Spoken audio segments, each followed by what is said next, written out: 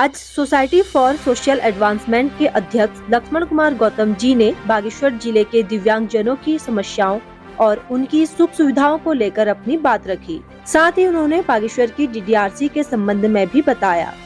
जल्द ही सोसाइटी द्वारा बागेश्वर जिले में दिव्यांगों हेतु रोजगार परक कार्यक्रम व प्रशिक्षण शुरू किया जाएगा, जिसमें जनपद के सभी दिव्यांगों को लाभ मिलेगा। मैं लक्ष्मण कुमार राज्य दिव्यांग सलाहकार बोर्ड का सदस्य हूँ। जनपद बागेश्वर में 2006 में मेरी संस्था रजिस्टर्ड है। मैं 2006 से दिव्यांगों की सेवा करते आ रहा हूँ बागेश्वर में। हमेशा मैंने समाज कल्याण को भी सहयोग करते आ रहा हूँ, चाहे वो एलएमको की कैंप लगे जिसमें कीर्तन बांटे, और पुराने वीडियो को अगर देखें आप उसमें देख लीजिए, हमारा हर जगह सहयोग है।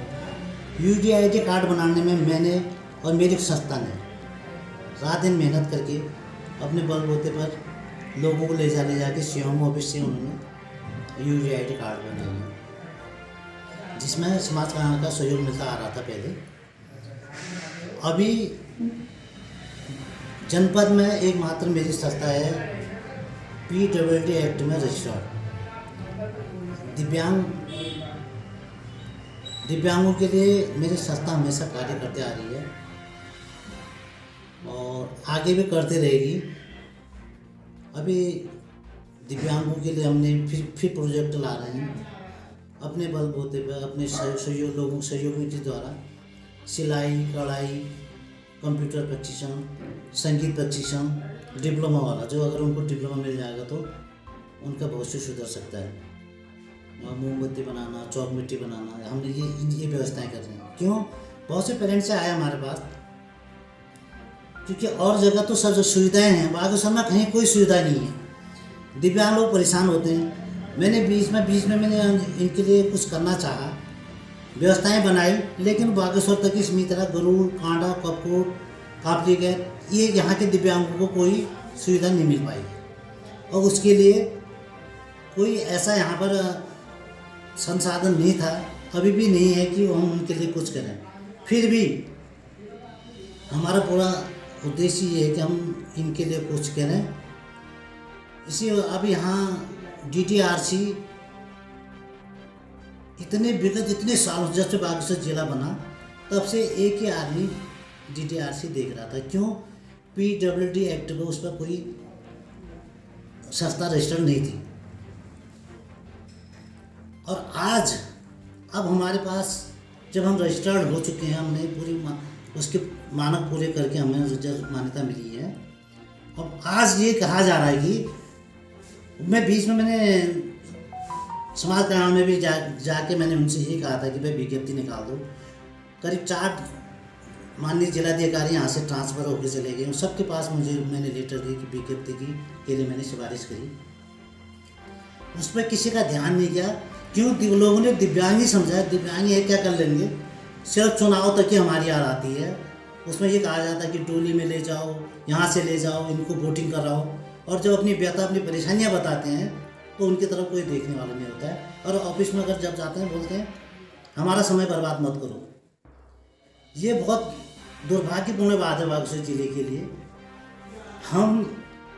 मैं यहाँ का सलाहकार बोर्ड का सदस्य होने के नाते मैं हमेशा अगर ऑफिस में जाता हूँ, यहाँ तक कि इससे पहले निर्वाचन की बात ले लो, मैं बागेश्वर निर्वाचन में जिले का सदस्य हूँ।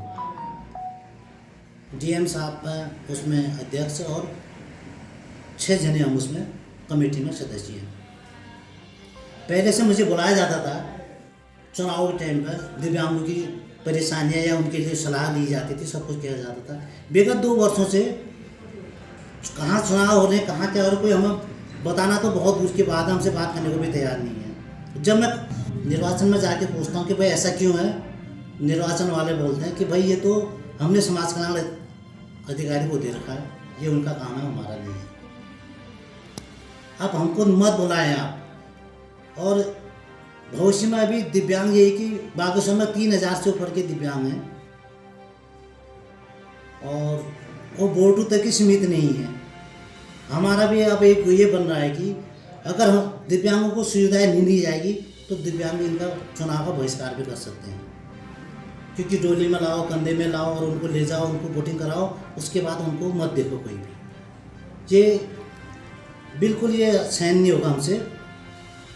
अभी हम यहाँ जो मैंने कितनी बार माननीय जिलाधिकारी या समाज कल्याण को मैंने पत्र दिया है कि आप DDRC के लिए विज्ञप्ति निकाल दीजिए।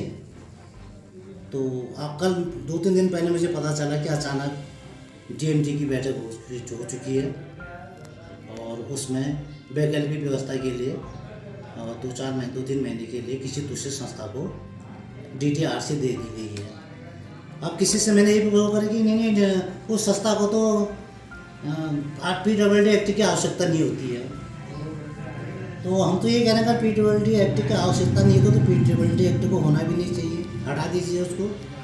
क्योंकि अगर मोनोपोली चलानी है या अपने मन से करना है, नहीं तो जो संस्था दिव्यांगों के संग काम कर रही है, दिव्यांगों का हित देख रही है, उन्हें इसका बेनिफिट मिलना चाहिए। क्यों? अगर सिलाई कढ़ाई अगर ये करके अगर दिव्यांग बच्चा अगर यहाँ से ट्रेनिंग लेगा, अगर जो चल फिर नहीं सकता अपने घरों पर ही वो रोज़गार कर सकता है, जिससे उसकी आजीविका चल सकती है। बहुत सारे पेरेंट्स मेरे पास रोते हुए आते हैं, जब तक हम जिंदा हैं तब तक हम खिला लेंगे, उसके बाद बच्चों का क्या होगा। तो उनकी वो पीड़ा देख के बहुत दुख होता है, क्योंकि इस तरफ कोई देखने वाला नहीं है। और मैं तो यही कह रहा हूँ, सबसे निवेदन कर रहा हूँ कि ये दिव्यांग बच्चों के संग या दिव्यांगता पे कभी कोई राजनीति न करें। क्योंकि ये तो दिव्यांग के संग ऐसा होता है कि बहुत सारे ऐसे ये पूछा जाता है कि दिव्यांग से ये पूछा जाता है कि दिव्यांगता क्या चीज़ होती है। दिव्यांग तो अभिशाप तो नहीं है, बहुत कुछ कर सकते हैं, बहुत से ऐसी प्रतिभाएं हैं। अभी उन्हें स्पोर्ट्स की तरफ उनका ध्यान दिया जाएगा कि बागेश्वर से भी नेशनल खेल सकता है बच्चा, क्योंकि अब सुविधा ही नहीं है। जब हम सुविधा करेंगे तभी तो, ये नहीं हमने DDRC ला के या हमने दिव्यांगों के लिए ये कर दिया, कोई सुविधा नहीं है, खाली कागज में, ऐसा नहीं होना है।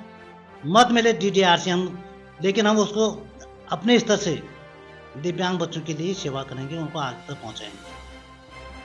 और मैं प्रदेश संगठनों से भी मेरी बातें हुई, जितने भी दिव्यांग संगठन हैं और सलाहकार बोर्ड सदस्य की जितने भी सदस्य हैं पूरे प्रदेश में, सब ने यही कहा है कि भाई ऐसा करो, चुनाव तक अगर कोई परेशानी है इन लोगों को तो चुनाव तक रहने दो, उसके बाद अगर ये विज्ञप्ति नहीं निकालते हैं तो फिर प्रदेश स्तर पर फिर आंदोलन तो होना ही होना है।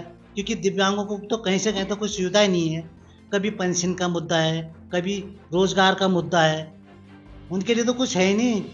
ये कहा जाता है कि इतना % उनका आरक्षण है, इतना % उनको रोजगार मिलेगा, लेकिन कुछ नहीं होता उनके लिए। और दिव्यांग हमारे पास आते हैं, भाई आप सलाहकार बोर्ड के सदस्य हैं, कुछ करो हमारे लिए, और हम किसके पास हैं? हम समाज कल्याण में जाते हैं, हमसे तो कोई बोलने का भी तैयार नहीं है। इसलिए मैं सभी लोगों से, सभी दिव्यांग भाई बहनों से भी आग्रह करूँगा, आप लोग कोई हताश ना हो, और जो भी हमसे होगा हम आप लोगों में लेके करेंगे। और सरकार से भी अपील करेंगे, प्रार्थना करेंगे, भाई हमारे लिए कुछ करो, और ये हम लोगों के संग राजनीति न करें। और ये DDRC का एक बहुत बड़ा मसला है कि ये ऐसा नहीं कि यहीं तक सीमित हो जाएगा, यहीं पर शांत हो जाएगा, कि इसमें ना रहें कोई भी, क्योंकि ये बात में प्रदेश तक जा चुकी है। और चुनाव तक का हम देखते हैं कि चुनाव तक में अगर नहीं होता है कोई नहीं, और चुनाव के बाद फिर DDRC के लिए विज्ञप्ति के लिए हम फिर पूरा प्रयास करेंगे और एकजुट होकर हम इस पर हम अमल करेंगे। हम अपनी आवाज़ पे सोलों का असर रखते हैं, हम अपनी आवाज़ पे सोलों का असर रखते हैं, जिसमें नाजुक है तो क्या फौलाद जिगर रखते हैं। तो दिव्यांगता अभिशाप नहीं है, और मैं समस्त दिव्यांग भाई बहनों से अपील करूंगा, आप हताश न होते हुए भी ना हों, और जग को दिखाएं अपनी प्रतिभाएं, और अपनी प्रतिभाओं के बलबूते पर सबको सचेत करते हुए और उनको दिखा दें कि हम क्या चीज़ें करके। इसलिए आप लोगों को सबको एकजुट होकर कार्य करना है। जय उत्तराखंड, जय काल भैरव, जय बागनाथ। कैमरामैन गणेश गड़िया के साथ पहाड़नामा उत्तराखंड के लिए ब्यूरो रिपोर्ट बागेश्वर।